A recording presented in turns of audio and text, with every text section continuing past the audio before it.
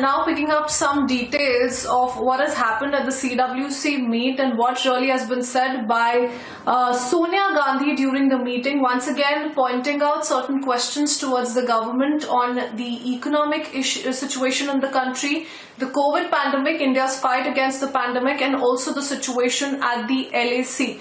Once again highlighting certain problems that the Congress has with the government, as it has been doing since the past so many days. Sonia Gandhi says India has been hit by a terrible economic crisis, a pandemic of huge proportions, and now by a full-blown crisis on the borders with China. Much of each crisis is attributed to the mismanagement of the BJP-led NDA government and the wrong policies pursued by it. Congress politicizing the LAC standoff yet again. That is the latest statement made by Sonia Gandhi during the Congress CWC meeting.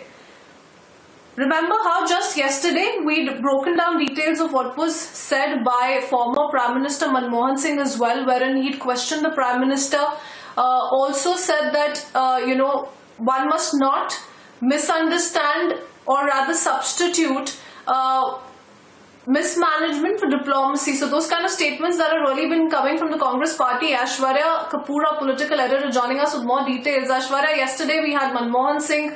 Day in and out, Rahul Gandhi already taking to Twitter to question the government on this latest standoff with China. And now you have Sonia Gandhi coming out with these words during the CWC meet. Well, absolutely, and she goes ahead and said that India has been hit by a terrible economic crisis and a pandemic of huge proportions, and now by a full-blown crisis on the borders with China. Much of each crisis is attributed to the mismanagement of BJP and NDA government and the wrong policies pursued by it. Now we have a full-blown crisis on the LAC with China. So the fact remains that she's blaming the Indian government. She is blaming the Prime Minister for the kind of condition which has been created on the LAC, when it's a noted and a certified fact that it's the Chinese army which acted as an aggressor. It is only and only because of the bravery of our soldiers that the Chinese were stopped right there and then, and not an inch of a land of Indian territory was allowed to be given to the Chinese. But this is something which the Congress party, we have seen Rahul Gandhi making several comments on this.